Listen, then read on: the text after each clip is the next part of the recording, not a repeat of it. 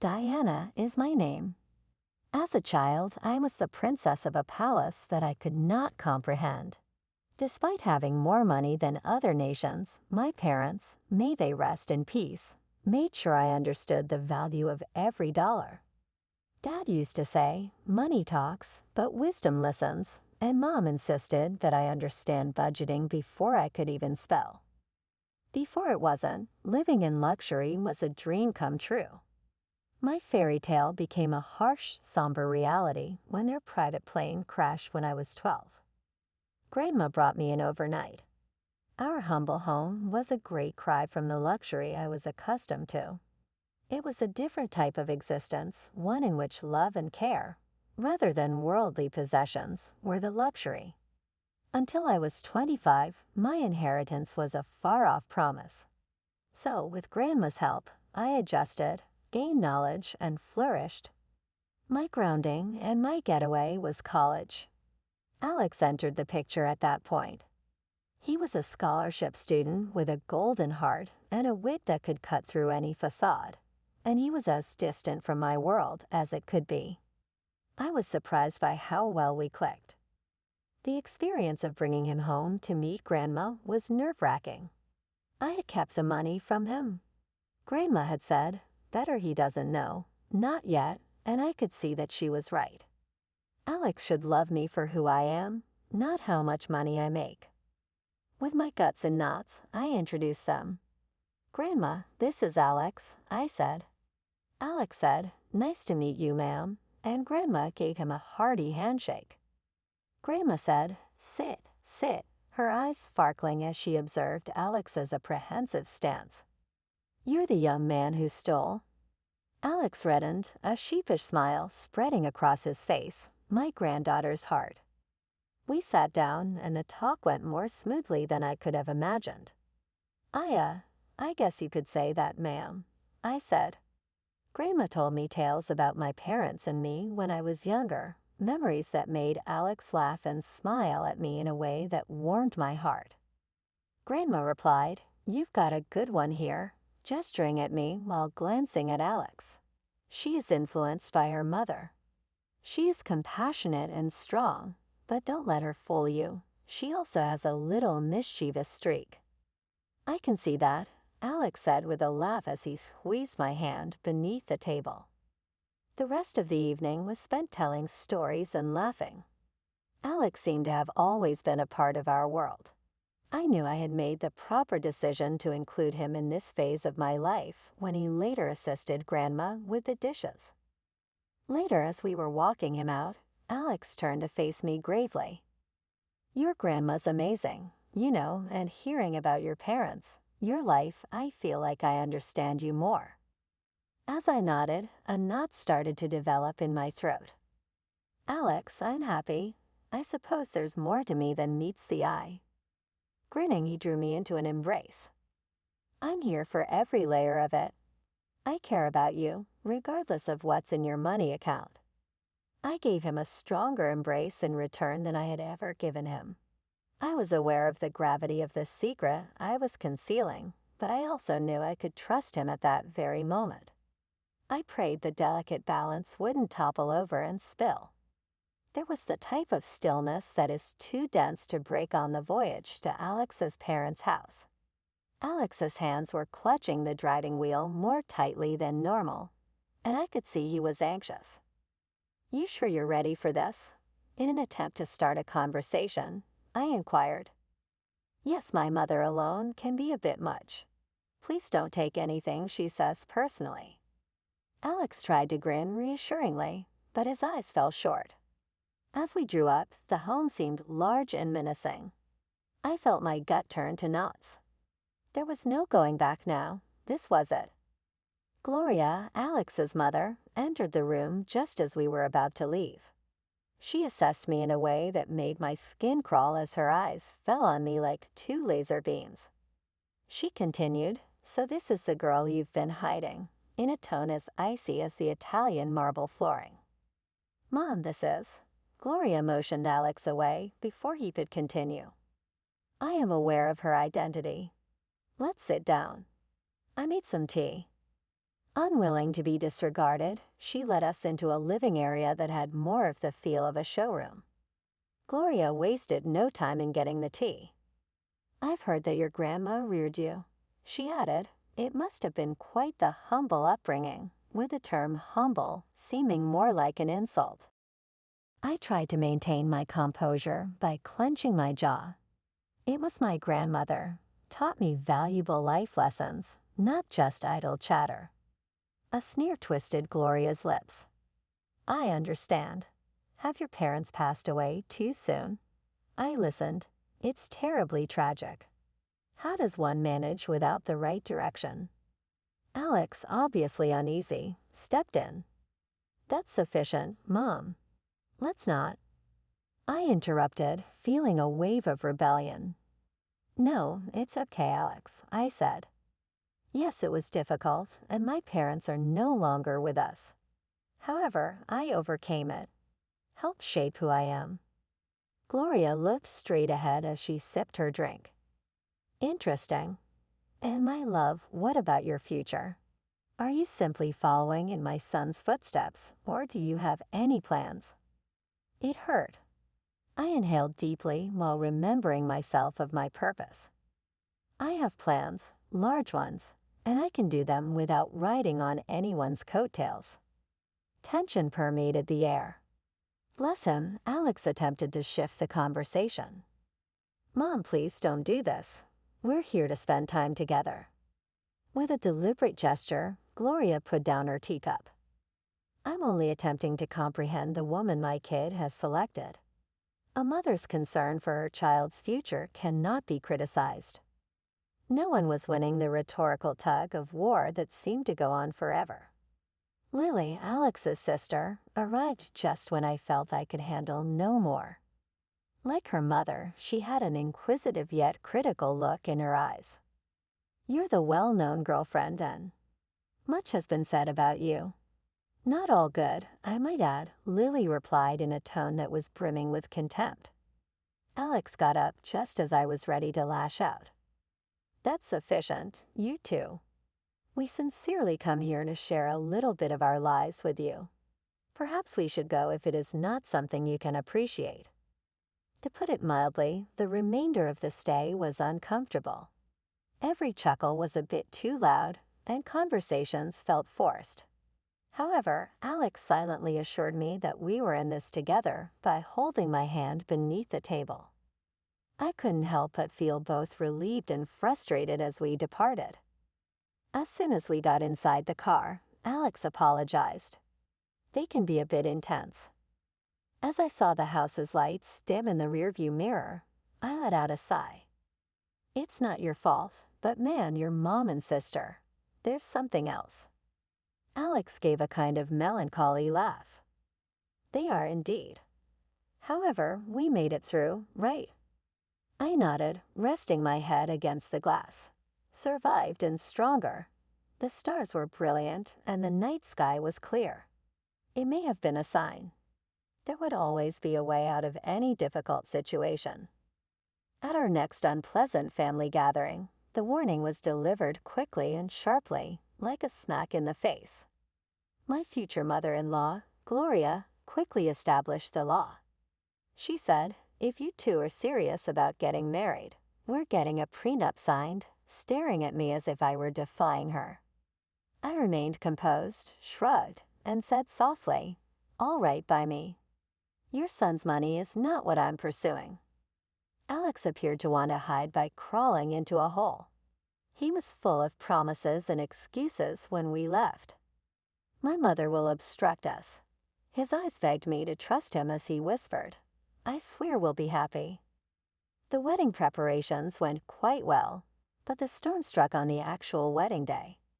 After being sozzled beyond belief, Lily, the soon-to-be sister-in-law, thought it was time for a performance. She stumbled up in the midst of our reception, glass in hand, and muttered accusations loud enough for the people in the back row to hear. This individual is a gold digger, knows absolutely nothing about our type of living. Not literate, attempting to steal my brother's money. Various shenanigans followed, including harassing visitors and discussing various topics that are not appropriate in civilized society. My face flushed hot with embarrassment and rage. I took out my phone and dialed the police without hesitation. I wasn't going to let Lily's performance to go unnoticed, since this drama deserved an audience. Threats and accusations erupted in the aftermath. Gloria threatened to exact revenge on me for bringing shame to their family. "You have denigrated us. Because of you, the media will be thrilled by my daughter's antics." Alex struggled to be a mediator in a conflict when neutrality was not an option. His shoulders slumped beneath the stress of his family's turmoil, and I could see the anguish in his eyes as he tried to keep us afloat. But my determination hardened, and I maintained my ground. It was no longer just about me. It was about establishing boundaries, about not allowing my wealth, or lack thereof, to determine how I was treated. Alex and I sat amid the rubble of what should have been our happiest day as the dust settled and the night grew calm. He muttered, "I'm sorry," his voice laden with unshed tears. I never wanted any of this. Feeling the sharp edges of our new world, I grasped his hand. "We'll overcome this. However, things must alter, beginning with establishing limits with your family." Our commitment that evening went beyond simply remaining together. It was about standing up for the respect we were due and refusing to allow our past finances or resentments dictate our future. After 2 years of saying "I do," those promises become more weighty every day. To be honest, I didn't miss Gloria at all, and she essentially disappeared from our life. But those years were characterized by more than simply her absence. The main thing that strained our relationship was Alex's shifting mindset. He would murmur unconvincing explanations about work when he arrived home, if at all. Once upon a time, our warmth turned into civility, and even that eventually chilled. One night, he shouted something I never expected to hear and tossed his jacket on the chair as if it had personally insulted him. That was the tipping point. I should have performed better, you know. Married a person who was more in my social circle and a little more sophisticated. His words stung like a slap. I stood there, gobsmacked, wanting to scream, to tell him about the fortune that was mine. But Grandma's voice echoed in my head, advising patience, to see Alex for who he truly was. So I swallowed the truth and the hurt, biting back. Tears. I thought, maybe, just maybe, if we had a child, it might bridge the gap between us, remind him of the love that brought us together. "Alex, don't you think it's time we thought about having a baby?" It could bring us closer, I ventured one evening, hoping to spark something of the man I fell in love with. His reaction was like a cold shower. "A baby now? Don't be ridiculous. We're not ready for that. Not by a long shot." That conversation shut me down. It wasn't just the refusal. It was the disdain, the way he made it clear that what I wanted, what I thought could save us, was nothing but a foolish fantasy. Days turned into weeks, and those weeks into months of silence, of living side by side, but not together. Each rude remark, every late night, added another brick to the wall between us. I confided in Grandma, poured my heart out over cups of tea that had gone cold before I could finish them. "He's not the man I married, Grandma. I don't know if he ever was." She listened, her eyes sad but understanding. "You can't make someone be who you want them to be, darling. Sometimes we see what we want to see until we can't ignore the truth any longer." Her words, though heavy, carried a sliver of relief. I wasn't crazy. I wasn't asking for too much. I just wanted a partner, someone who saw me as an equal, who respected me. But as the days passed, it became clearer that wasn't who Alex was, not anymore, if he ever had been. The idea of leaving crossed my mind more times than I cared to admit. But every time it did, I pushed it away, hoping against hope that something would change, that the man I loved would find his way back to me. The vibe was set for a killer party. I'd gone all out for Alex's birthday bash, hoping to bring back a spark into what had turned into a pretty mundane marriage. No expense was spared, and the guest list was a who's who of our closest pals. Notably missing from the invite list were Gloria and Lily, my mother-in-law and sister-in-law. Their drama was the last thing I needed ruining the night. Alex was in high spirits, soaking in the adoration and well wishes from everyone. For a moment, it felt like we were back in the honeymoon phase. Lots of laughter and inside jokes. But that bubble burst the second Gloria and Lily crashed the party. Uninvited but clearly expecting to be welcomed. Turns out, Alex had gone behind my back and invited them, hoping to avoid any family fallout. Their presence turned the atmosphere tense. Lily, in true form, made a beeline for the booze, dressed in an outfit that screamed, "Look at me," and not in a good way. Gloria's snide remarks flew under the radar, each one a veiled jab at me or our marriage.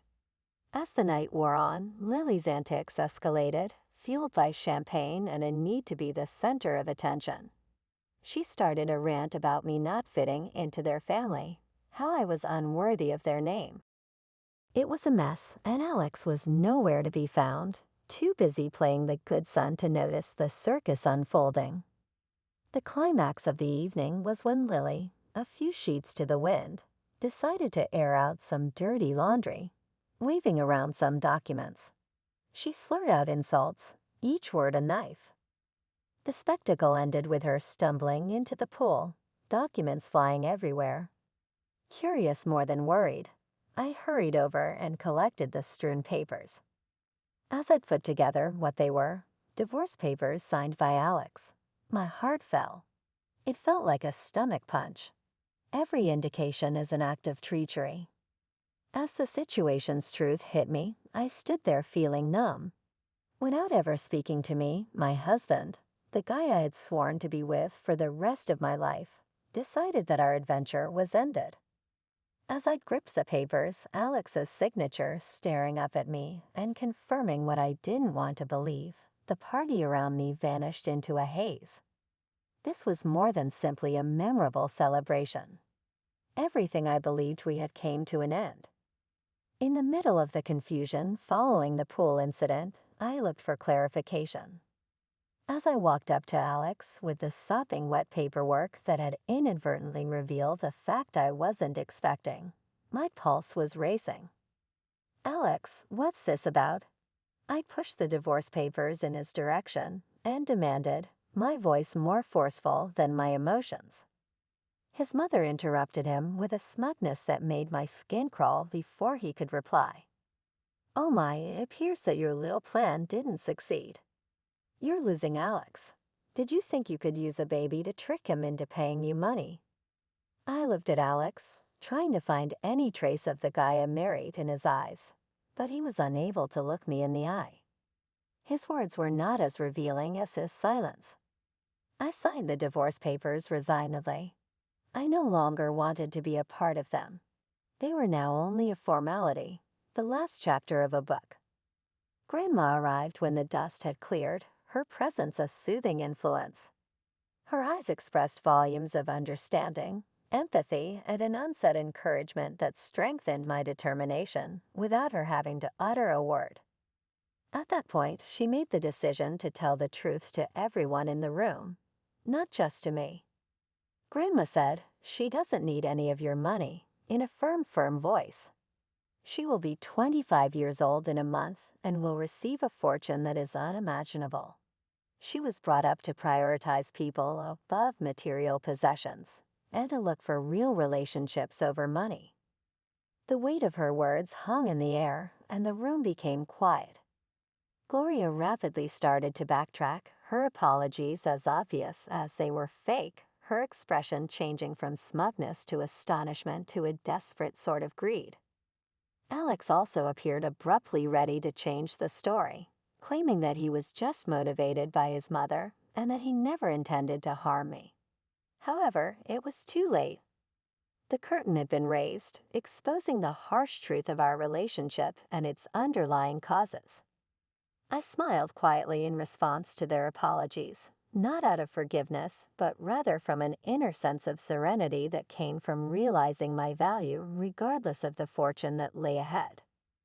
I responded, "You've shown me your true colors," in a voice full of newly discovered strength. As for surprises, well, I've prepared another one for you. A loud honk pierced the tension outside at that same moment. A sleek high-end vehicle, the one I had surreptitiously purchased for Alex as a surprise, rolled up to the gate. I didn't miss the irony. As I excused myself and went outside to face the last act of this drama, I couldn't help but chuckle bitterly. It was there, the pinnacle of luxury on four wheels, a representation of the love I believed we had for one another. But no, it was just another character in the game of deceit and treachery. I climbed into the driver's seat without hesitation, the leather underneath me as chilly and uncompromising as my determination. Ever my pillar of support, Grandma accompanied me, her presence a quiet witness to the dignity and strength that were ingrained in our family. Alex and his mother were at the door, their faces a mixture of amazement and bewilderment, when I turned to face the home.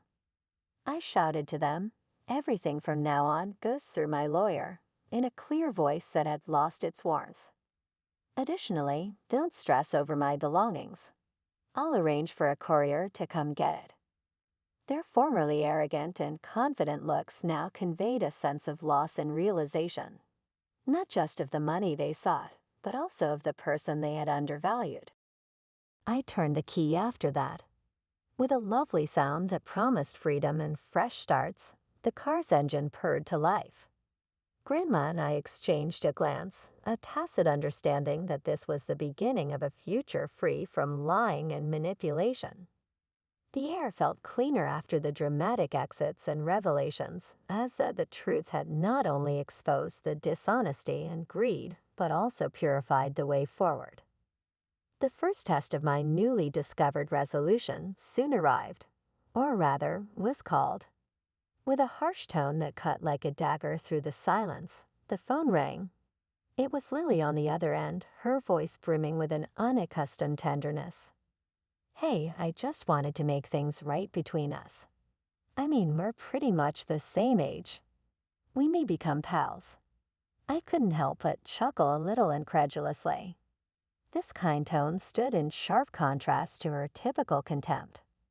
Friends, the term seemed strange to me as I repeated it. "You mean like how friends don't badmouth each other at parties or try to humiliate them in front of everyone?" There was a lull, a period during which I thought I could hear the gears spinning in her mind as she tried to think of anything to say. Her attempt was feeble. "Well, you know, water under the bridge and all that," she said. "Water into the pool, you mean?" Unable to withstand the jab, I fired back. The ensuing stillness was revealing. My unwillingness to comply had obviously thrown her off balance. "Plan's fine, be that way," she yelled, her polite exterior dissolving. "You'll regret this." I was amused and sad at the same time as I hung up. It served as a sobering reminder of the masks individuals put on and the extent they would go to in order to avoid the repercussions of their behavior. A persistent notion in the back of my mind was the impulse to strike back. I shared a video of her falling into the pool on social media. Like wildfire, it went viral. It was liked by 1,000 people in an hour. My sister-in-law was well known on the internet. I blocked her when she tried to call and demanded that I remove it. Her funny charm and rude demeanor are over. My phone rang a week later, and it was a number I was all too familiar with. Gloria's voice was abnormally pleasant as she extended an olive branch that she hoped I would accept. "For Alex's sake, let's move forward from the past." As if the injuries were little abrasions that might be patched with a band-aid of words, she said, "Can't we make amends?" "No," I said, firmly but politely. My voice was one of firm tranquility, without anger. "Alex and I have different paths, but I wish him luck. I'm looking ahead, not behind me." Shortly after, Alex tried to get back together as well. I discovered a bunch of flowers at my door one morning, along with a letter that said, "I'm sorry, please come back." There was more rage than love at the sight of them. I threw them in the garbage without thinking twice. He continued to work hard after that. He attempted to pay me a visit, coming up without warning in the hopes of resolving the issue. But I had changed since he left. His presence, which had previously been consoling, now seemed invasive. One night, when he showed up again without invitation, I greeted him at the door with a steely determination. I said firmly and steadily, "I'm going to the police if you don't stop this.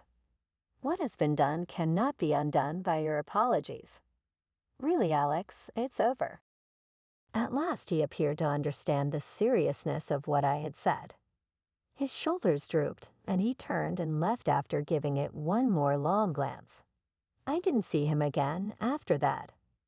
I immersed myself into charitable activity in the period that followed. It turned become my mission and passion. I found happiness I didn't realize I was lacking when I helped those who were genuinely in need and made connections with those who prioritized compassion before material possessions. Grandma and I had a peaceful routine while we lived together. We would sit down and decide on our next endeavor, our next means of changing the world. I came to the realization that this was my destiny during these times. I was realistic about what was ahead. I knew it would be full of joy, times of unrestrained bliss, and the type of love that nourishes the soul. But it would also be full of difficulties, maybe even heartbreak. I so spend my life with an eye toward the future rather than the past. I help, I hope, and I work. I have faith that in the future, I will discover true love, defined by a sincere connection rather than by material prosperity or social standing. Indeed, I will have the 3 lovely children of my dreams one day. But I'm happy for now. I'm creating a purposeful existence with love that doesn't demand anything in return. This marks the start of a brand new book, not merely the conclusion of a chapter. And it was written by me. Why did you pour wine on the wedding dress? How could you ruin your sister's big day like that? Are you even a real sister? On my sister's wedding day, Mom slapped my cheek after screaming that at me. Ouch. What? Why all of a sudden? I was shocked by Mom's sudden actions and was speechless. I would never do such a thing to my dear sister's wedding dress. I tried to deny it desperately, but Mom wouldn't believe me. And even the groom started accusing me. However, a shocking truth and plot would soon come to light. My name is Kim. I'm 26 years old. I have a sister who is 3 years my junior. Her name is Amber, and we've been very close since we were children. Amber has always wanted to be a nurse, and now she's fulfilling her dream. Working as a nurse in a general hospital. Nursing is very demanding and often tough. But she finds it rewarding and wants to continue in this profession. Meanwhile, I work as a tax accountant. I've been working at the same accounting firm since graduating from university. We're both single and live at our parents' house, which is within commuting distance from our workplaces. Our father passed away a few years ago due to an illness. Since then, it's been the 3 of us living together. Although my mom and I don't always see eye to eye due to her spending habits, which she never seems to correct despite my repeated warnings. One day, it was decided that Amber would get married and she brought her fiancé home. Nice to meet you. I'm John Simpson, and I've been dating Amber. John is 28 years old and works at a bank. He seemed very refreshing. And I felt that Amber could be safely entrusted to him, so I heartily celebrated their union. Amber, congratulations. I'm so glad you found such a wonderful person. Thank you, Kim. Amber smiled radiantly, making me happy as if it were my own happiness. Mom also seemed happy about her marriage. With the marriage, Amber was going to move out and start a new life in a new home with John. Soon after, we received the wedding invitations. Amber had managed to reserve the wedding venue she had always dreamed of.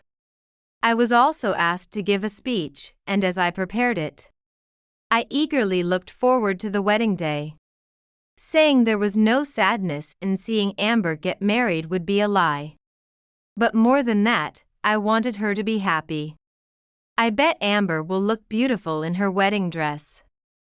I might even cry. With those thoughts, I was really looking forward to the wedding day. The day of the wedding arrived. It was a clear sunny day. As if the weather itself was blessing Amber and John. I had planned to bring a wedding board, but because of work, I was running late and brought it to the venue earlier. Then planned to give it to the newlyweds. Amber, sorry for the late wedding board. And truly, congratulations. I'm glad we could celebrate this day. Wow, what a wonderful wedding board. Thank you so much, Kim. Amber thanked me with a sparkling smile. I also extended my congratulations to John. Congratulations, John. Please take good care of Amber. However, for some reason, John slightly grimaced. Yes, thank you. I noticed John's strange expression for a moment, but it was the wedding day. And I thought he might just be nervous, so I didn't dwell on it too much. Soon, it was time for Amber and John to get ready, so I waited in the family waiting room. As the ceremony time approached, there was no call to move from the staff. Huh? The ceremony time is about to start. Maybe they're having trouble with the preparations? As I wondered, there was a loud bang. And the door was rudely opened. I turned toward the door in surprise and saw Mom standing there, pale and out of breath. Mom. What's going on? As I asked in confusion, Mom stormed up to me. Kim. Why did you pour wine on Amber's wedding dress? That's terrible. No sooner had she shouted this than she slapped my cheek hard. Ouch. What? Why all of a sudden? Caught off guard by the sudden incident, I couldn't grasp what was happening. My left cheek stung painfully where Mom had slapped me. It was the first time I had ever been slapped by someone. You're the one who poured wine on Amber's wedding dress, aren't you? Why would you do that? Mom glared at me furiously. What? What are you talking about? I would never do such a thing. I would never pour wine on my precious sister's wedding dress.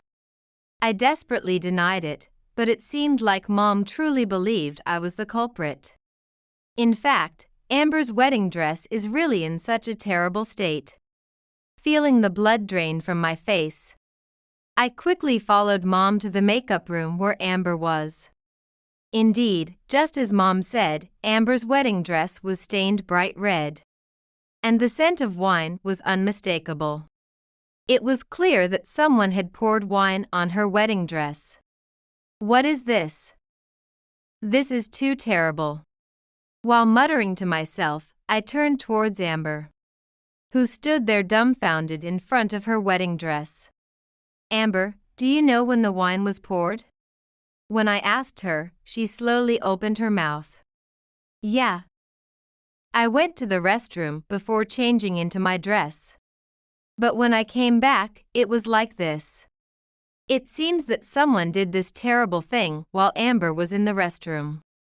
Who could do such a thing? I began, but Mom shouted. Stop playing dumb. The culprit is Kim. Mom. I'm telling you that I didn't do it. I would never tarnish Amber's dress. Why do you think it was me? I asked Mom wearily, and then she started making an outrageous claim. I saw you sneaking into the makeup room with a bottle of wine. I was wondering what she was up to because she was acting so suspiciously. No. It's a false accusation. I didn't do it. As I vehemently denied it, John looked at me with a stern gaze. Kim. I never imagined you would do such a thing.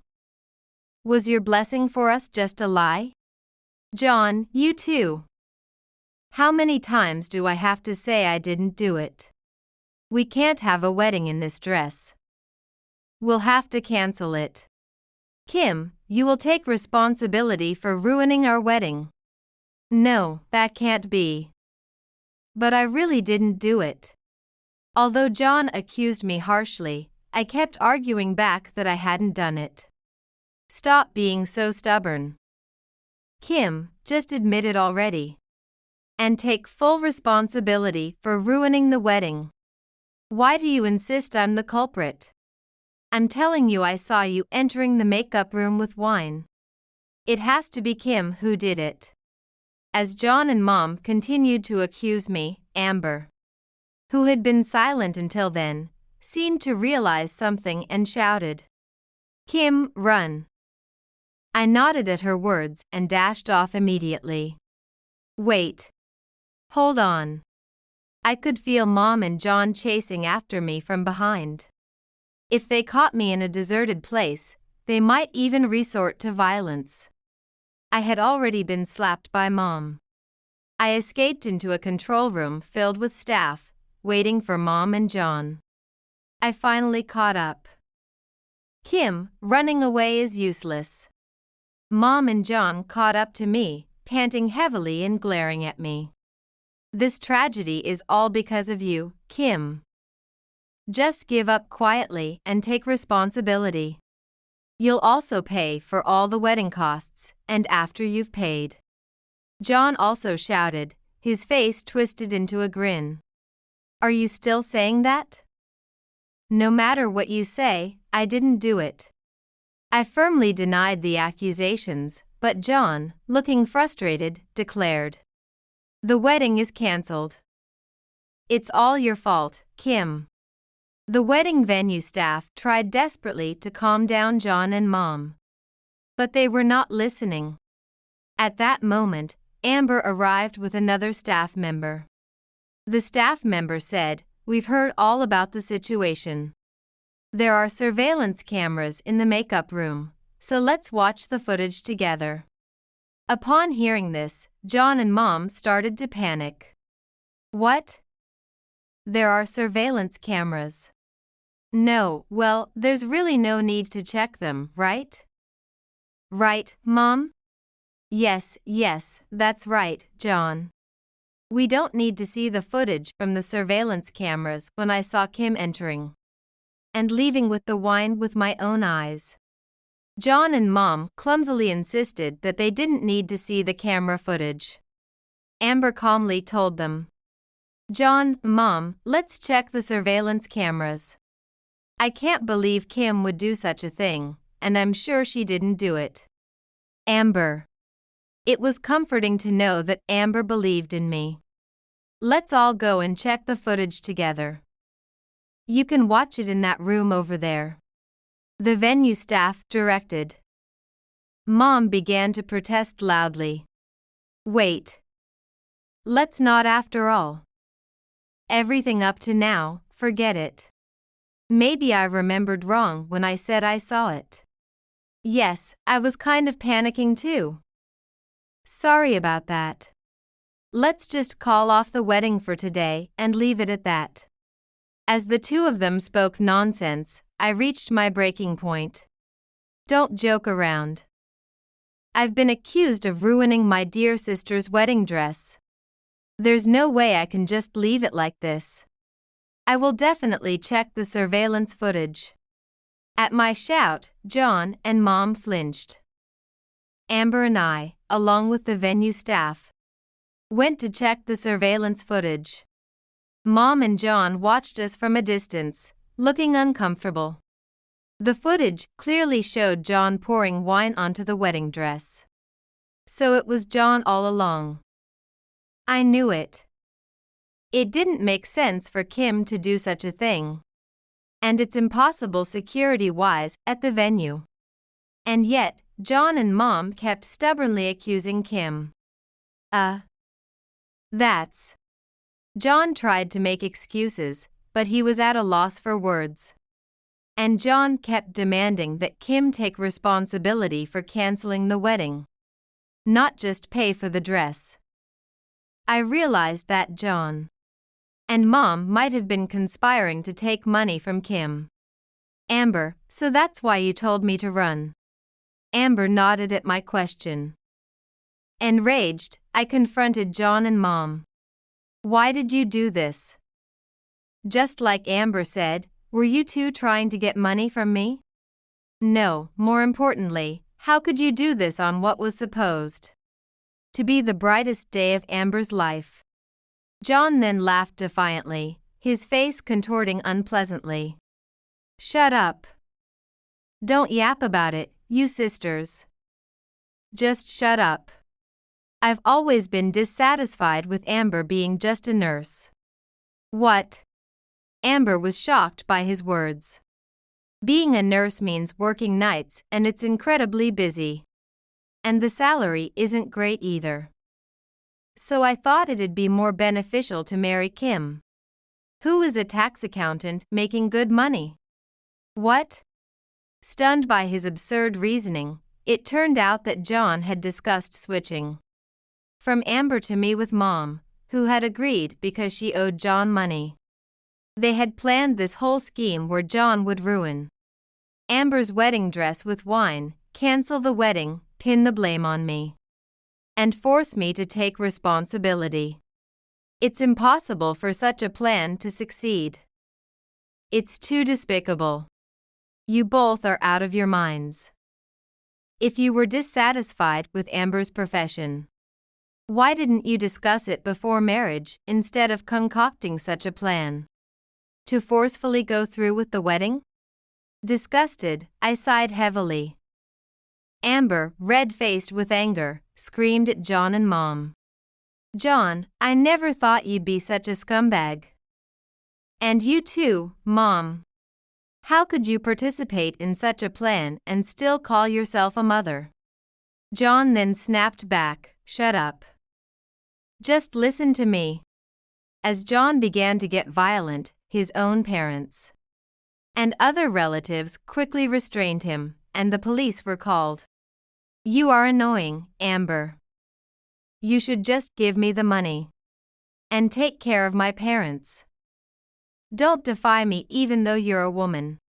While ranting, John was taken away by the police. Naturally, the wedding was cancelled. After being grilled by the police, John had to pay a significant amount of money for the cancellation fee. Because of this, his savings were insufficient, forcing him to take on debt. Lectured by relatives and known at his workplace for the incident, John lived a restricted life. Even if he wanted to quit his job, the massive debt made it impossible. Meanwhile, Amber and I declared our disownment of Mom. Amber, Kim. I'm sorry. I was in financial trouble and had borrowed a lot from John. So I had no choice but to cooperate. Mom, both Amber and I have been sending you money. But we're cutting that off, of course. As I spoke coldly, Mom's face fell in despair, and she clung to us, crying. Don't stop the remittances. Please. We're a blood-related family. Why would you treat me so harshly? The one who treated one's blood-related family harshly was you. Mom. I can never forgive you. I don't ever want to see your face again. Amber shouted, but Mom kept begging, please don't stop the remittances. Staring at her disdainfully, Amber and I prepared to move out and left the house. We rented apartments close to each other and began our new lives. After a while, Amber started dating a sincere man from her workplace. And I started going out for meals with a fellow tax accountant from my cohort. hoping things would work out well. We have no idea about Mom's current situation and have no intention of ever getting involved with her again. We hope she reflects on what she did. Amber and I keep in touch often, enjoying peaceful and happy days together. For heaven's sake, Julia, you're not folding those napkins properly. The shrill voice of my mother-in-law, Marian, pierced through the kitchen like a hot knife through butter. I closed my eyes, took a deep breath, and counted to 10 before turning to face her. Marian, I've been folding napkins for dinner parties for 20 years. I think I know what I'm doing, I replied, trying to keep my voice steady. She huffed, her coiffed silver hair bouncing as she shook her head. Well, clearly not. Here, let me show you the right way. Before I could protest, Marian had snatched the crisp linen napkin from my hands and began refolding it with exaggerated movements. I bit my tongue, reminding myself that she was still grieving. It had only been 3 months since her husband Frank had passed away, and Brian had insisted she move in with us temporarily. 3 months that felt like 3 years. Mom, leave Julia alone. She's got everything under control, Brian's voice came from the doorway. I shot him a grateful look, but Marian barely acknowledged him. I'm just trying to help, dear. After all, this dinner party is important for your promotion, isn't it? Marian said, her tone sickeningly sweet. Brian sighed. Yes, but... Then we want everything to be perfect, Marian interrupted, beaming at her son. Now, Julia, about the menu, are you sure you want to serve that salmon dish? It's so... common. I gritted my teeth. The salmon is Brian's boss's favorite, Marian. We've discussed this. If you say so, dear, she replied, patting my arm condescendingly. I just hope it's not too fishy. As Marian bustled out of the kitchen, I turned to Brian, my eyes pleading. He crossed the room and wrapped his arms around me. I'm sorry, honey, I know she can be a bit much, he murmured into my hair. I pulled away, looking up at him. A bit much? Brian, she's driving me crazy. How long is temporary going to last? Before he could answer, our daughter Ivy burst into the kitchen, her pigtails flying. Mommy, Grandma says I can wear my new party dress tonight. I frowned. Ivy, sweetie, we talked about this. That dress is for special occasions, not dinner at home. Ivy's face fell, but Grandma said, I don't care what Grandma said, I snapped, immediately regretting my harsh tone as Ivy's eyes welled up with tears. Brian knelt down beside her. Hey, Pumpkin, why don't you go put on that pretty blue dress we bought last week? You look like a princess in that one.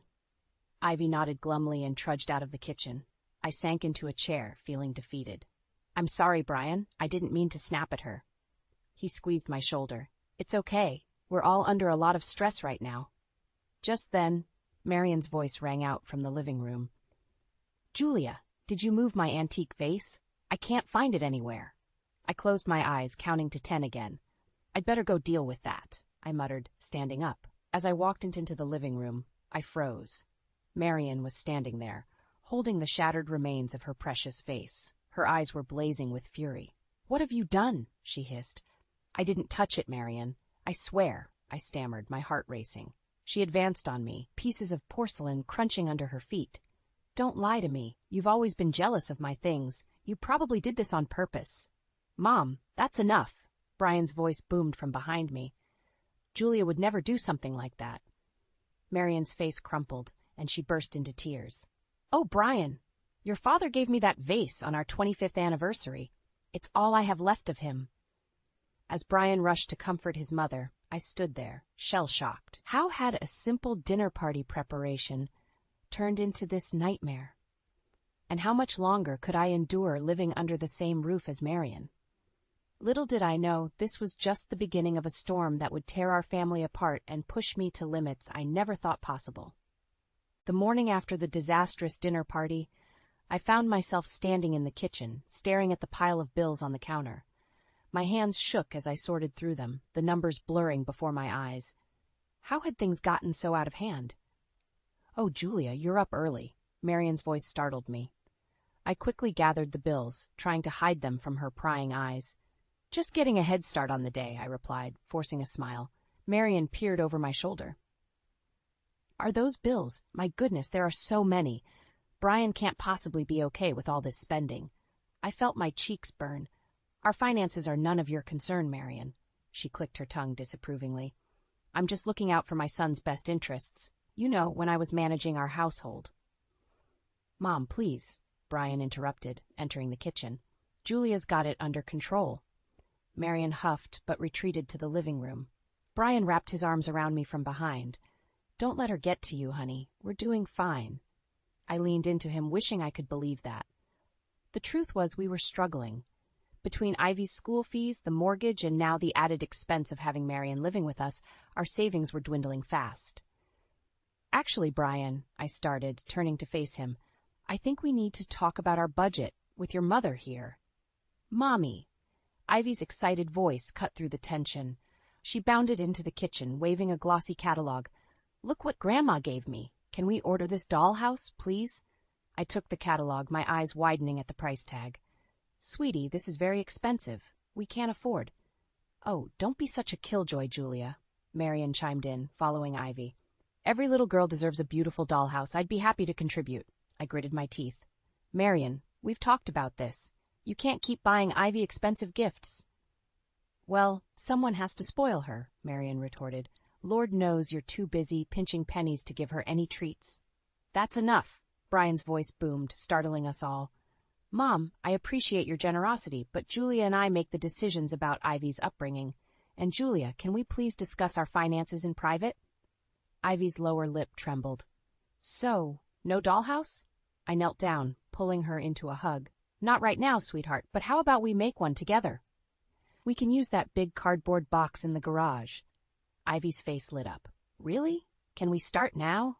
After breakfast, I promised, relief washing over me as she skipped away. Marion sniffed. Cardboard, how quaint. I ignored her, turning back to the bills. Brian, we really need to talk about this, he sighed, running a hand through his hair. I know, but can it wait until after work? I've got a big presentation today. Before I could respond, he kissed my cheek and hurried out the door. I stared after him, feeling more alone than ever. Throughout the day, Marion's criticisms continued to pile up.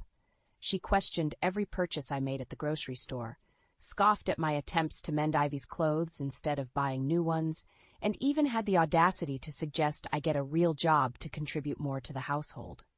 By evening, I was at my breaking point. As I stirred a pot of soup, our third meal of leftovers this week, Marion hovered behind me. You know, Julia, she began, her voice dripping with false sweetness, I couldn't help but notice how worn out Brian looked this morning. Perhaps if you were more frugal with the household expenses, he wouldn't have to work so hard. The spoon clattered against the pot as I whirled to face her. That's it, Marion. I've had enough of your constant criticism and meddling. This is my home, my family, and I'm doing the best I can. Marion's eyes widened in shock, then narrowed dangerously. Well, I never. Is this how you repay my son's generosity? By disrespecting his mother? Mommy? Grandma? Ivy's small voice came from the doorway. Why are you yelling? As I looked from my daughter's confused face to Marion's smug one, I realized with a sinking heart that this battle was far from over. In fact, it was just beginning. I woke up with a knot in my stomach, dreading another day of Marion's constant criticism. As I padded downstairs in my worn bathrobe, I heard her voice floating from the kitchen. Honestly, Brian, I don't know how you can stand it. Your wife lounging around in that ratty old thing. In my day, we made an effort to look presentable, even at home. I froze on the stairs, my cheeks burning with humiliation.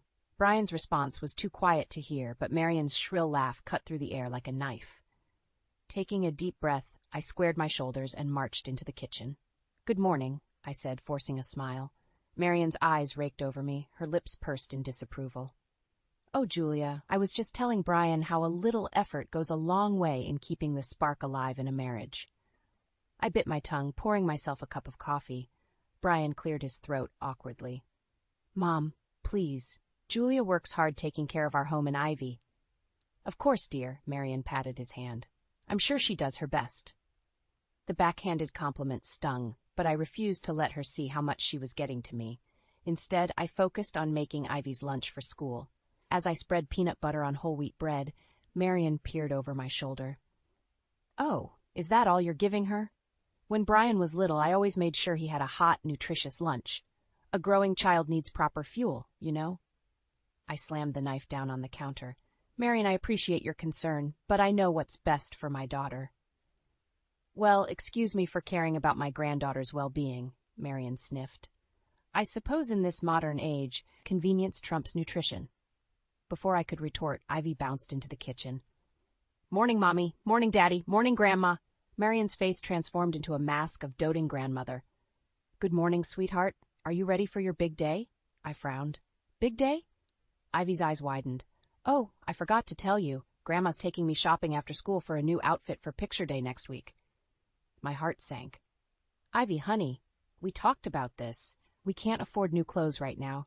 You have plenty of nice things to wear for pictures. Marion waved her hand dismissively. Nonsense. Every little girl deserves to feel special on picture day. It's my treat. I felt my temper rising. Marion, we've discussed this. You can't keep undermining our parenting decisions. I'm not undermining anything, Marion replied, her voice sickly sweet. I'm simply being a loving grandmother, something you wouldn't understand, given your background. The room fell silent. Even Ivy sensed the tension, her small face creased with worry. What's that supposed to mean? I asked, my voice dangerously low. Marion's eyes glittered with malice. Well, dear, it's no secret that you didn't have the most stable upbringing. I'm just trying to give Ivy the advantages you never had. I felt like I'd been slapped. How dare she bring up my past? Before I could respond, Brian stepped between us. That's enough, Mom. You've crossed a line. Marion's face crumpled into a look of hurt innocence. I'm only trying to help. If you'd rather I not be involved in Ivy's life at all. No, Grandma, Ivy cried, throwing her arms around Marion's waist. I want you to take me shopping. I stood there, feeling utterly defeated.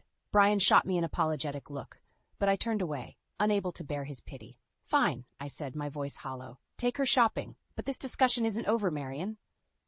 As I walked out of the kitchen, I heard Marion's triumphant whisper to Ivy.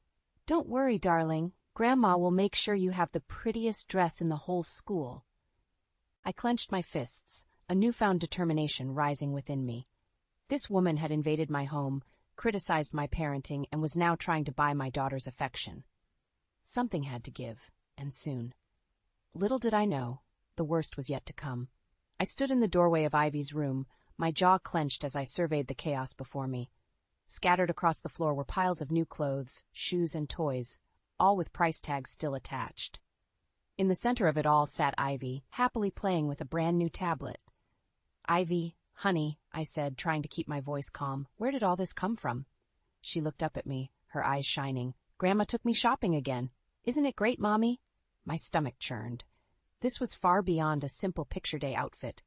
I picked up a designer dress, the price tag making me wince. Sweetie, this is too much. We can't keep all of this. Ivy's face fell. But Grandma said I deserved it. She said you and Daddy worked too hard to give me nice things. Before I could respond, Marion appeared behind me. Oh, Julia, don't be such a spoilsport. A grandmother is allowed to spoil her only grandchild, isn't she? I whirled to face her. Marion, this is completely out of hand. We can't afford. You can't afford it, Marion interrupted, her voice sickly sweet. I, on the other hand, have the means to give Ivy the life she deserves. The life she deserves? I repeated, my voice rising. What's that supposed to mean? Marion's eyes narrowed. Well, dear, let's be honest. Your humble upbringing hardly qualifies you to understand the finer things in life. I'm simply ensuring Ivy doesn't suffer the same limitations. Her words hit me like a physical blow. I glanced at Ivy, who was watching us with wide, confused eyes. Ivy, sweetheart, can you go downstairs for a bit? Grandma and I need to talk. Once Ivy was out of earshot, I turned back to Marion. How dare you? You have no right to undermine our parenting or make decisions about what Ivy needs. Marion laughed, a cold, brittle sound. Oh, please, I've seen how you struggle to make ends meet. Face it, Julia, you're in over your head. Ivy deserves better than hand-me-downs and budget meals. We provide everything Ivy needs, I hissed. Love, stability, values. Things money can't buy. How quaint, Marion sneered. But in the real world, dear, money talks. And right now, I'm the one with the means to give Ivy a proper future. I felt something snap inside me. This ends now, Marion. I want you out of our house. Her eyes widened in mock surprise. Oh my, such hostility. I wonder what Brian would say if he knew how you were treating his poor widowed mother. As if on cue, I heard the front door open. "I'm home," Brian called from downstairs. Marian's face twisted into a triumphant smirk. "Well, why don't we ask him?" She brushed past me, heading for the stairs. Panic rose in my throat as I followed her. I couldn't let her twist the situation to her advantage. In the living room, Brian was hugging Ivy. He looked up as we entered, his smile fading as he sensed the tension. "What's going on?" Marian's eyes welled with tears. "Oh, Brian, I'm afraid there's been a terrible misunderstanding. Julia seems to think I'm overstepping by buying a few things for Ivy." "A few things?" I sputtered. "Brian, you should see Ivy's room. It's like a department store exploded in there." Brian looked between us, confusion etched on his face. "Mom, we talked about this. You can't keep buying Ivy expensive gifts." "But, darling," Marian simpered, "I'm only trying to help. You work so hard, and Julia, well, she does her best, I suppose." I felt my face flush with anger. "That's it, Brian, I can't do this anymore. It's me or your mother. She has to go." The room fell silent. Brian's eyes widened in shock while Marian gasped dramatically. Ivy, sensing the tension, clung tighter to her father's leg. "Julia," Brian said slowly, "you can't be serious. She's my mother. Where would she go?" I stood my ground, my heart pounding. "I am serious, Brian. This is our family, our home, and I won't let her destroy it." As I looked at the faces around me, Brian's shock, Marian's smug defiance, and Ivy's confusion, I realized I had reached a point of no return. Whatever happened next would change our family forever, and I was ready for it. I sat on the edge of my bed, clutching the small, handmade photo frame Ivy had given me for Mother's Day last year. It wasn't much, just popsicle sticks glued together and decorated with glitter and seashells, but it meant the world to me. Inside was a picture of Ivy and me, both laughing, our faces pressed close together. It was my anchor in the storm Marian had brought into our lives. "Julia?" Brian's voice called from downstairs. "Can you come down for a minute?" I sighed, placing the frame carefully on my nightstand before heading down. In the living room, Brian and Marian sat on opposite ends of the couch, both looking tense. "What's going on?" I asked, my guard immediately up. Brian cleared his throat. "Mom and I have been talking, and we think we've found a solution to make things easier for everyone." Marian nodded, her face a mask of concern. "We know things have been difficult, dear, so I've decided to move out." For a moment, relief washed over me. Then I saw the glint in Marian's eyes and my stomach dropped. "That's good," I said cautiously. "Where will you go?" Brian shifted uncomfortably. "Well, that's the thing. Mom's found a nice little apartment nearby, but it's a bit more than she can afford on her own, so you're going to help her pay for it," I finished, my voice flat. Marian reached out, patting my hand. "Now, Julia, I know money's tight, but Brian assures me you can manage. After all, with me out of the house, you'll save on groceries and utilities." I pulled my hand away, fighting the urge to scream. "Brian, can I talk to you in private?" "In the kitchen." I rounded on him. "Are you serious? We can barely afford our own bills, and now you want to pay for your mother's apartment?" Brian ran a hand through his hair. "I know it's not ideal, but what choice do we have? We can't kick her out on the street." "She has money, Brian," I hissed. "All those expensive gifts for Ivy, she can afford her own place." "Mom says that was the last of her savings." Brian explained, "She was just trying to do something nice for Ivy before." I cut him off. "Before what? Before she guilted us into supporting her?" Brian's face hardened. "That's not fair, Julia. She's my mother. I can't abandon her." "And what about us?" I asked, my voice breaking. "What about our family?" Before Brian could answer, we heard a crash from the living room. We rushed back to find Marian on the floor, Ivy's photo frame shattered beside her. "Mom!" Brian cried, helping her up. "Are you okay?" Marian whimpered, leaning heavily on him. "Oh, I'm so clumsy. I was just trying to look at that lovely picture of Ivy, and I must have lost my balance." I knelt, carefully picking up the pieces of the frame. My heart sank as I realized it was beyond repair. "I'm so sorry, dear," Marian simpered. "I know how much that meant to you, but really, it was just a childish craft. Perhaps now you can get a proper frame for that beautiful photo." I looked up, meeting Marian's eyes. In that moment I saw the truth, the calculated malice behind her innocent act. She hadn't fallen. She'd destroyed my precious gift on purpose. "Julia?" Brian's voice was concerned. Are you all right? I stood slowly, the broken pieces of the frame clutched in my hands. No, I said quietly. I turned to Brian, my decision made. I want her gone, Brian. Not to an apartment we pay for. Gone. Or I swear, I'll take Ivy and leave myself. The room fell silent. Brian looked shocked, Marion's face a mix of triumph and fear. And in the doorway stood Ivy, her eyes wide and brimming with tears.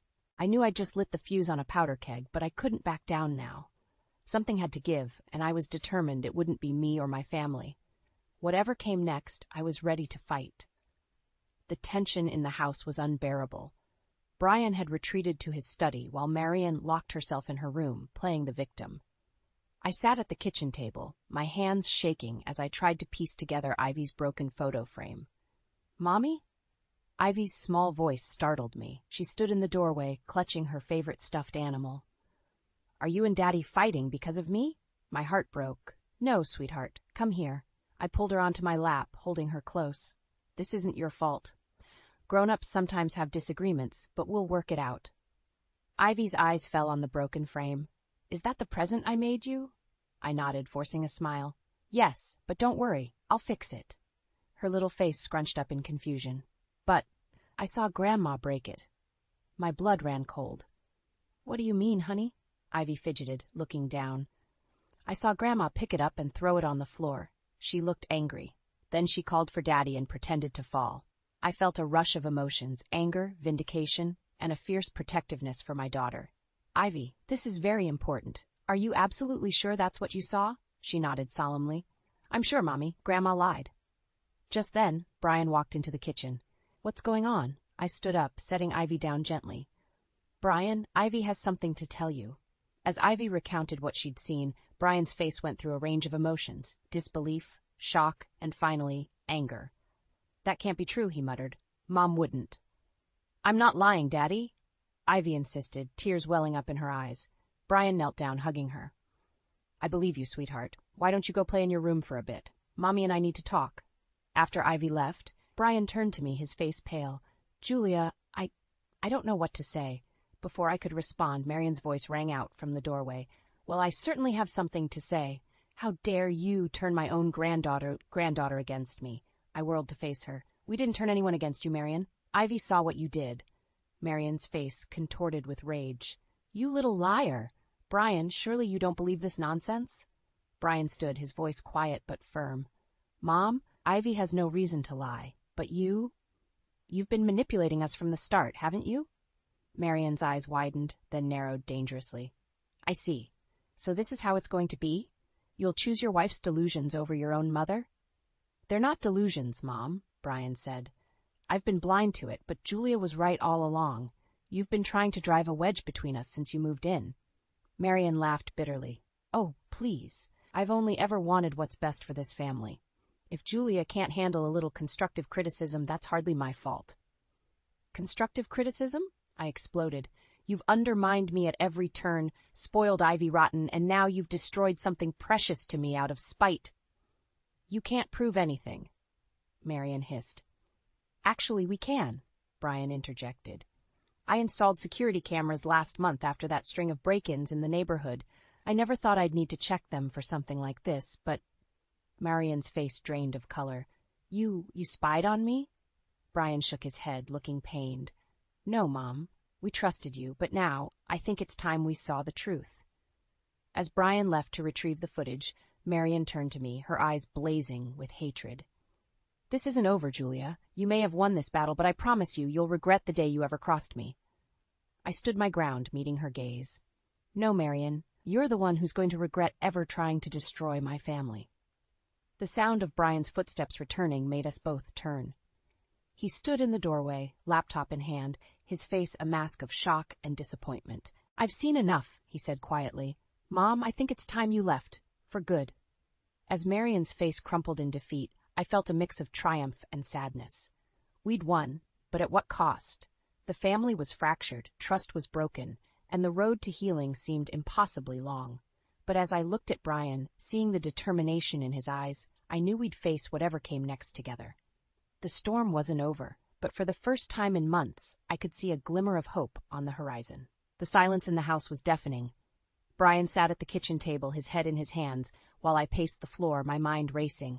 Marian had locked herself in her room after Brian's ultimatum, and we could hear her muffled sobs through the walls. "What are we going to do?"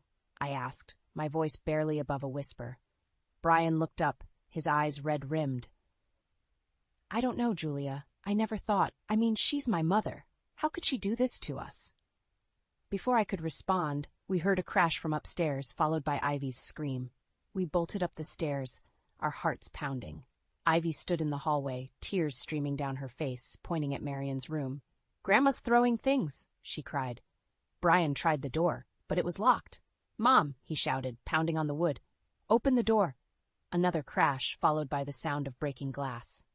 I pulled Ivy close, shielding her. "Brian, we need to get in there. She might hurt herself." He nodded, then stepped back and kicked the door. It splintered open, revealing a scene of chaos. Marian stood in the middle of the room, surrounded by broken knickknacks and torn photos. In her hand, she clutched a small object I couldn't quite make out. "Mom," Brian said softly, approaching her like she was a wounded animal. "Put it down. Let's talk about this." Marian's eyes were wild, darting between us. "Talk? There's nothing to talk about. You've made your choice. You've chosen her over your own mother." I stepped forward, still holding Ivy. "Marian, please. This isn't about choosing sides. We just want what's best for everyone." She laughed, a harsh, bitter sound. "What's best? You want to throw me out on the street after everything I've done for this family." "Everything you've done?" I couldn't hold back anymore. "You've done nothing but criticize and undermine me since the day you moved in. You've tried to turn my own daughter against me." Marian's face contorted with rage. "You ungrateful little." She raised her hand, and I finally saw what she was holding. A small, ornate letter opener that had belonged to her late husband. Brian lunged forward, grabbing her wrist. "Mom, stop! This isn't you!" As they struggled, I pushed Ivy behind me, my heart racing. Suddenly, Marian wrenched free, the letter opener slicing through the air. I felt a sharp sting on my cheek, and warm blood trickled down my face. The room fell silent. Marian stared at the blood on the letter opener, her face a mask of shock. Brian looked between us, horror etched on his features, and behind me, Ivy began to sob. "Oh, God," Marian whispered, the letter opener clattering to the floor. "What have I done?" Brian moved quickly, grabbing a towel and pressing it to my cheek. "Julia, are you okay? We need to get you to a hospital." I nodded, still in shock. As Brian guided me out of the room, I heard Marian's broken voice behind us. "Brian, I'm sorry, I didn't mean." He turned, his voice cold. "Save it, Mom. We're done here. When we get back, I want you gone. Do you understand?" Gone. As we made our way downstairs, Ivy clinging to my side, I felt a mix of emotions washing over me. Relief that the confrontation was over, fear for what the future held, and a deep, aching sadness for the family that had been torn apart. In the car on the way to the hospital, Brian reached over and squeezed my hand. "I'm so sorry, Julia, for everything. I should have seen it sooner. I should have protected you and Ivy." I squeezed back, wincing at the pain in my cheek. "We'll get through this, Brian. Together." As we drove into the night, I knew that while one chapter of our lives was ending, another was just beginning. The road ahead would be difficult, but for the first time in months, I felt hope blooming in my chest. Whatever came next, we would face it as a family, stronger and more united than ever before. 6 months had passed since that fateful night. The small scar on my cheek had faded, but the emotional wounds were still healing. As I stood in our freshly painted living room, I couldn't help but marvel at how much had changed. The doorbell rang, startling me from my reverie. Brian appeared from the kitchen, squeezing my hand reassuringly before opening the door. There stood Marian, a shadow of her former self. Gone were the designer clothes and perfectly coiffed hair. Instead, she wore a simple blouse and slacks, her gray hair pulled back in a modest bun. "Come in, Mom," Brian said, his voice neutral. Marian stepped inside, her eyes darting nervously around the room before settling on me. "Julia," she said softly, "thank you for agreeing to see me." I nodded, my throat tight. This was the moment we'd been building towards for months, the final confrontation, the chance for closure. We settled in the living room, an uncomfortable silence hanging in the air. Finally, Marian spoke. I don't know where to begin. What I did was unforgivable." "Yes, it was," I replied, my voice steady. "You nearly destroyed our family, Marian." She flinched at my words, but nodded. I know, and I've spent every day since then trying to understand why I did it. The therapist I've been seeing, she's helped me see how my own insecurities and fears drove me to lash out at you. Brian leaned forward. That's no excuse, Mom. You hurt Julia. You manipulated Ivy. I know, Marian interrupted, tears welling in her eyes. I know, and I'm so sorry. I've been working hard these past months. I got a job at the local library. I've been volunteering at the senior center. I'm trying to be a better person, to make amends. I studied her face, searching for any sign of the manipulative woman who had tormented me for so long. Instead, I saw genuine remorse and a deep, aching sadness. Marian, I said slowly, I appreciate your apology. But you have to understand, trust isn't rebuilt overnight. It will take time, a lot of time, before we can even think about having you back in our lives in any significant way. She nodded, wiping away a tear. I understand. I don't expect forgiveness, Julia. I needed you both to know how sorry I am, and that I'm committed to changing. Just then, we heard the patter of small feet. Ivy appeared in the doorway, her eyes widening at the sight of her grandmother. Grandma? She said hesitantly. Marian's face softened. Hello, sweetheart. You've grown so much. Ivy looked at me, uncertainty in her eyes. I nodded, giving her permission to approach. She walked over to Marian, studying her carefully. You look different, she said. Marian smiled sadly. I am different, Ivy. I've learned a lot about being kind and respectful. I'm sorry for the way I behaved before.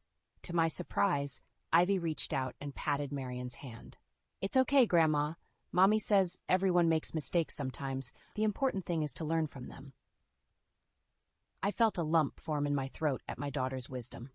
Brian caught my eye, a mix of pride and love in his gaze. As Marian prepared to leave, she turned to us one last time. I know I have no right to ask this, but is there any chance someday that we might be able to start over? Brian and I exchanged a look. After a moment, I spoke. We can't make any promises, Marian. But if you continue on this path, if you truly commit to change, maybe, someday, we can try to build a new relationship, a healthier one. Marian nodded, a glimmer of hope in her eyes. Thank you. That's more than I deserve. As we watched her drive away, Brian wrapped his arm around me. You okay? He asked softly. I leaned into him, feeling the strength of our bond. I am. For the first time in a long time, I really am. Ivy tugged at my hand. Can we have ice cream now? Brian and I laughed, the tension finally breaking. As we headed to the kitchen, I realized that this wasn't just an ending, it was a new beginning. We had weathered the storm, emerged stronger, and now, finally, we could start to rebuild. Not just our family, but ourselves. And that, I realized, was the sweetest revenge of all. Living well, on our own terms, free from the shadows of the past. I'm a 35-year-old financial advisor by the name of Grace. It was then that I met Jonathan, the man who would later leave me for another woman. I remember our first encounter quite clearly. With an expression of anxiety and a large stack of paperwork, he came into my office. He raised a hand in greeting. Grace, right. My name is Jonathan. I've heard you're the financial problem solver. I said, grinning, that's what they say. See if we can unravel yours by taking a peek. Jonathan was a tall man whose short brown hair complemented his warm, friendly eyes that never stopped smiling, even when his lips were sealed in a smile. Our chat drifted from the dull realm of numbers and taxes to our favorite movies, our favorite songs, and even heated arguments about whose pizza in town was the finest as we dug into his papers. With Jonathan's easygoing attitude, the time flew by. He quickly said, I never imagined sorting out my finances could be this fun. He chuckled when I jokingly referenced my magic touch and said, how about a coffee to thank you for making this experience far less dreadful than anticipated? Soon after, their coffee dates turned into dinners and weekend getaways. Jonathan proposed after 7 months, and I immediately said yes. Even though it seemed like a flashbulb romance, it was ideal for us. Our nuptials were simple yet charming. I experienced a deep sensation of having discovered my lifetime companion when we exchanged vows. Mary, Jonathan's mother was also present. She spoke softly, talking about how excited she was about having grandkids. Married life was blissful at first. Jonathan remained working at his real estate company while I stayed at my firm. We had nice walks, movie evenings, and hearty dinners. However, the calm started to wane as the topic of children came up more often, especially when Mary encouraged it.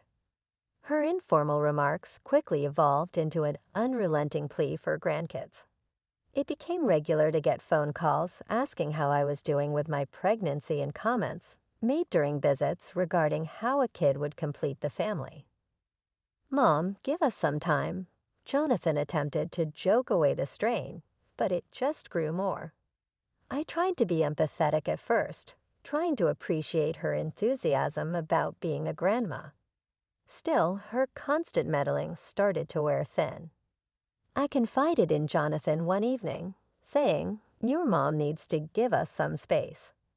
She seems to play a larger role in our marriage than we do."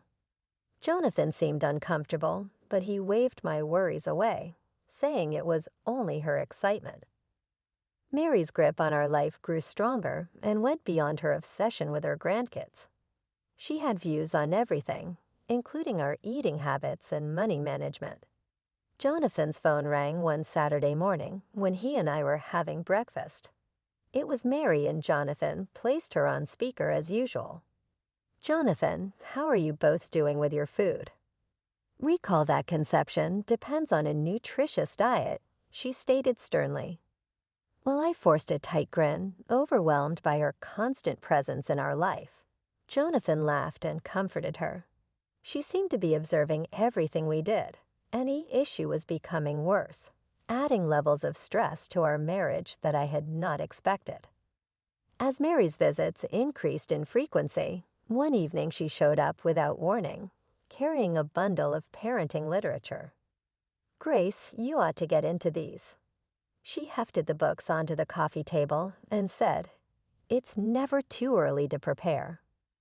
I glanced at Jonathan, expecting him to step in, but all he did was shrug. "Many thanks, Mary. We'll have a look," I said, trying to seem somewhat appreciative. Her visits eventually became routine, as though she was closely monitoring us to make sure we were ready for parenting. Whenever she brought up the topic of babies, Jonathan would only nod in agreement. I finally snapped one night after yet another of Mary's intrusive visits.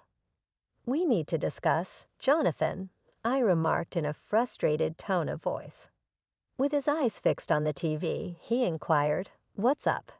"It's your mother. We're getting too much of her baby talk."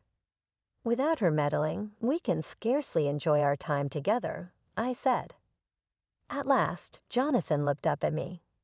"Grace, she's simply excited. She has good intentions." "Excited or obsessed?" I shot back. "It feels like she's the third wheel in our marriage." Jonathan let out a sigh. "She's my mother. What action do you want me to take? Tell her not to give a damn." "Jonathan, it's not about compassion. It's about honoring our boundaries and choices. Are you blind to that?" We came to an end of our talk when Jonathan did not say anything, turning back to the TV. In fact, things became worse. Mary's visits increased in frequency, and her advice started to encroach more and more. "The two of you ought to go on a trip." One day, she said, "Just relax. It will help with conception." There was another occasion when she casually said, maybe Grace should quit her job to reduce stress. It seemed like she was controlling our life and Jonathan was just going along with it. My own marriage started to feel like an alien place to me. The warmth and compassion that had previously united Jonathan and me were beginning to fade, eclipsed by Mary's imposing presence. The relentless pressure about having a baby was straining us both, leading to more arguments and a noticeable evaporation of the romance that once filled our home. Yet I clung to the hope that things would improve, that somehow we would find our way back to each other. But then everything changed. One evening, Jonathan came home unusually late, his demeanor more somber than I had ever seen. I was in the kitchen, hurriedly preparing dinner when I noticed his state. "Jonathan, is everything okay?" I asked, concerned. He collapsed into a kitchen chair, burying his face in his hands. "We need to talk, Grace," he said, his voice heavy with gravity. A chill ran down my spine as I sat opposite him, my heart pounding with apprehension. "It's about us trying to have a baby," he began, not meeting my eyes. "Remember those tests we went for?" He finally looked up, his eyes meeting mine, filled with an emotion I couldn't immediately place. "A few weeks ago, Jonathan and I decided to undergo a fertility checkup, hoping it might ease Mary's relentless pressure." When Jonathan came home that evening, his expression was somber, and I knew the results were in. "It's not you, Grace. It's me," he said, taking a deep breath. He explained that the doctor had diagnosed him with a low sperm count, making it unlikely for him to father a child. The news hit us hard, a mix of relief, sadness, and confusion swirling within me. "What do you mean?" I asked, reaching out to squeeze his hand, seeking to provide some solace. Jonathan's voice broke as he replied, "I can't father a child, Grace." He withdrew his hand, a gesture that felt like a wall going up between us. "I won't go through treatment. It's not something I'm prepared to face." I was stunned by his refusal. "But why? If there's even a slight chance, shouldn't we try?" I asked, my voice thick with emotion. "It's my decision, Grace. I just can't," he replied firmly, his finality piercing the air. I couldn't wrap my head around his resistance. The Jonathan I knew was always resilient, willing to face challenges head-on. "Please don't let this drive a wedge between us. We can face this together," I pleaded. He stood, avoiding my gaze. "I need some time alone to think," he said. And with those words, he left the kitchen, leaving me in a whirlwind of unanswered questions and rising fears. His outright refusal to consider any options was baffling. Was his pride really standing in the way of our future together? The following days were tense. Jonathan barely spoke, and when he did, his words were clipped and cold. The growing distance felt like a chasm in the foundation of our marriage, widening with each silent meal and unshared night. Then one evening, the fragile state of our union cracked open irreversibly. Jonathan returned home late again. I lay in bed, feigning sleep, when I heard him on the phone. "Yes, Mom, I got the results." "No, I don't want treatment. I'll figure something out," he whispered into the phone, a conversation he hadn't had with me. It felt like a betrayal, not just of our intimacy, but of our vows. Mary's influence was more invasive than I had ever realized, and as I lay there, tears streamed down my face, marking the silence of our room.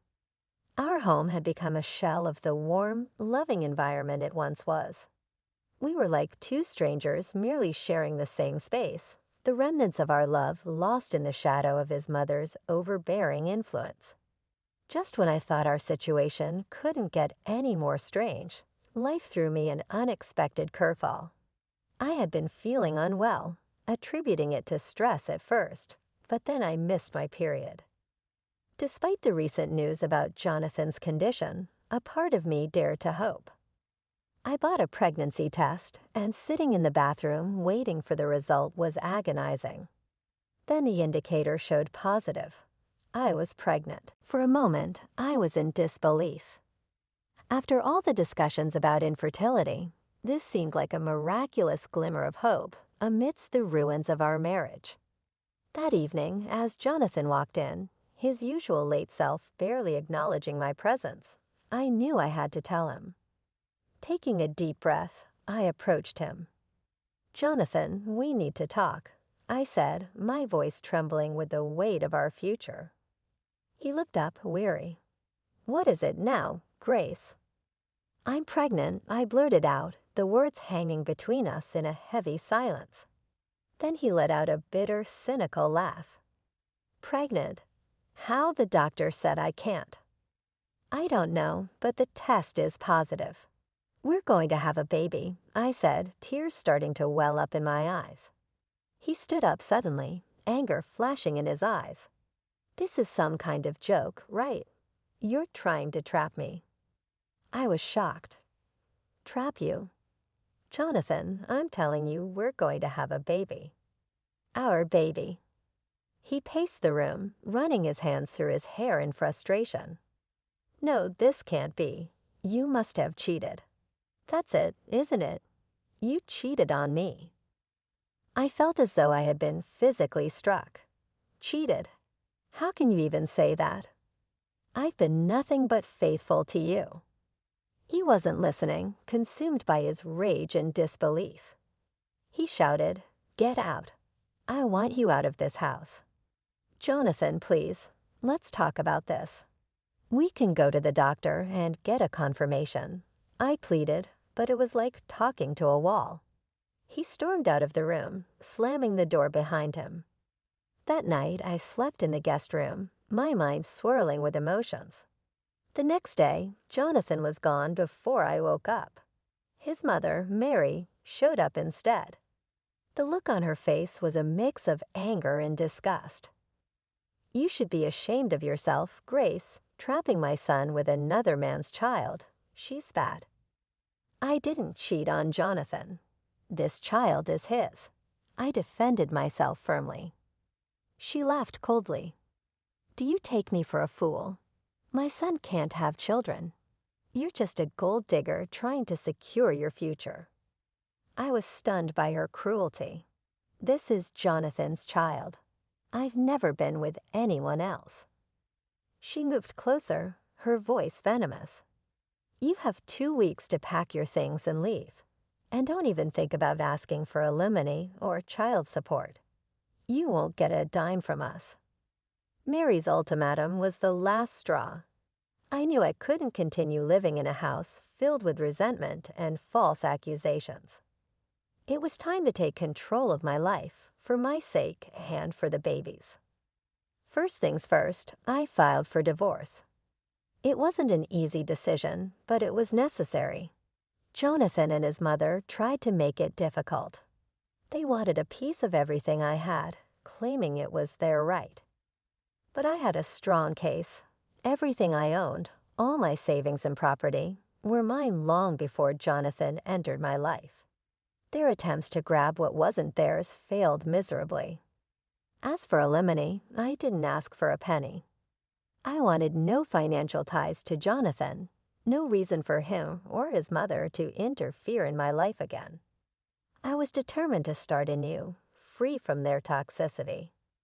I found a modest apartment, not too fancy, but cozy enough to be a fresh start. Packing up my things from the house was bittersweet.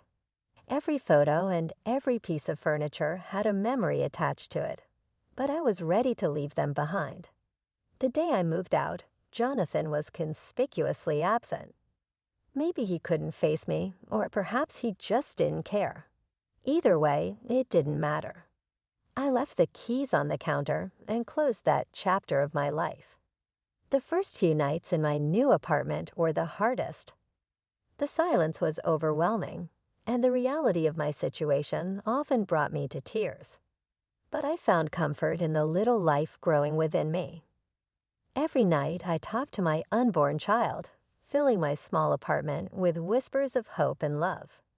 Gradually, what had felt like a sanctuary started to feel like a true home. My daily routines brought comfort, and my connection with my unborn child strengthened with each passing day. One afternoon, as I sorted through some old boxes, I stumbled upon a photograph of Jonathan and me in better times. A pang of sadness briefly washed over me, but it quickly gave way to relief. That chapter of my life was firmly behind me. Just then, my phone rang. It was Jonathan. "Grace, I've received the divorce papers," he said, his voice devoid of emotion. "I'm glad they reached you." Please handle the formalities, I replied, striving for calm. There was a pause before he added, I won't bother you about the baby. You won't hear from me again. It was a cold farewell, but it brought closure. Hanging up, I realized that in my solitude, I had discovered a resilience I hadn't known I possessed.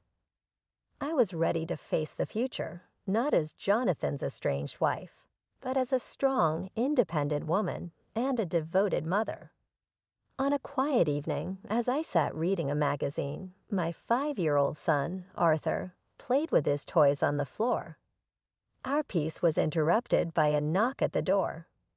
Puzzled, I answered, finding a woman on my doorstep whose eyes reflected a familiar sorrow. Hi, Grace. It's been a long time, she said hesitantly. It took me a moment, but then I recognized her as Pamela, a friend from my past life with Jonathan. Pamela, yes, it has been.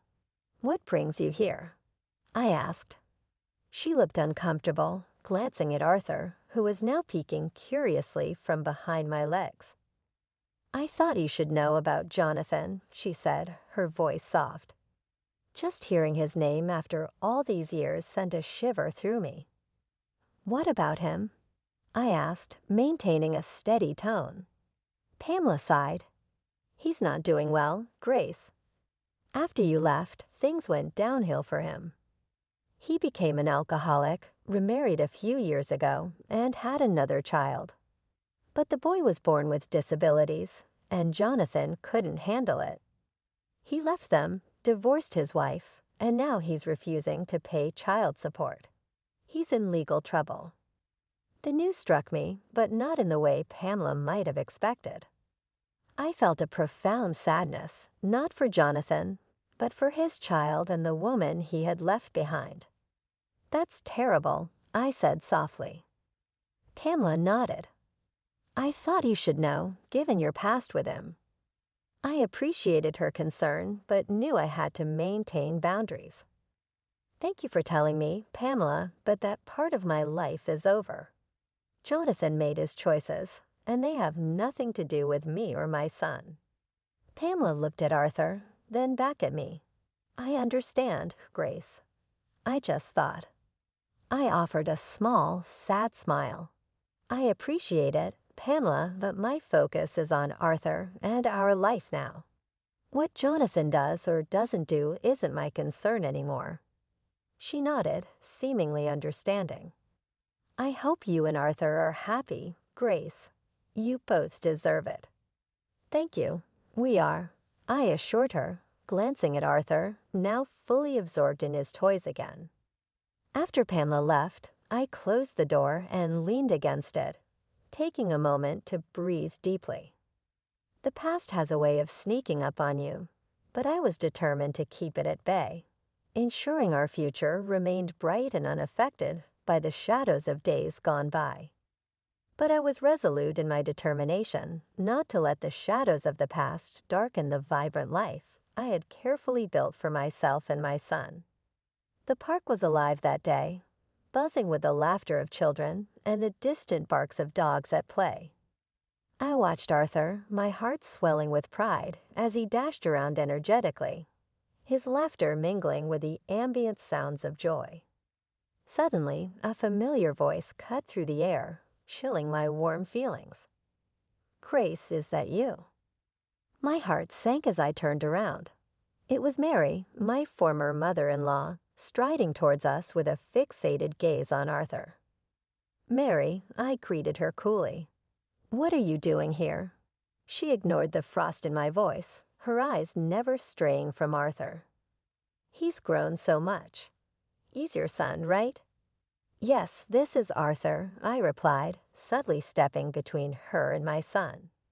Her eyes sparkled with an unsettling eagerness. I was hoping to see him. After all, he's my grandson. A wave of irritation washed over me. And why would you want to see him? Well, you know my other grandson, she began, her voice trailing off as her expression darkened. He's not well. He's sick. It's just not the same. I want to be part of a healthy grandchild's life. Her words struck me harshly, a verbal slap. The disdain in her voice for her grandchild was shocking. "Mary," I said, my voice steel hard, "you have no right to be part of Arthur's life. Not after everything that happened." "But Grace, that was all Jonathan's doing," she protested weakly. I shook my head dismissively. "You supported him. You turned against me when I was carrying your grandchild.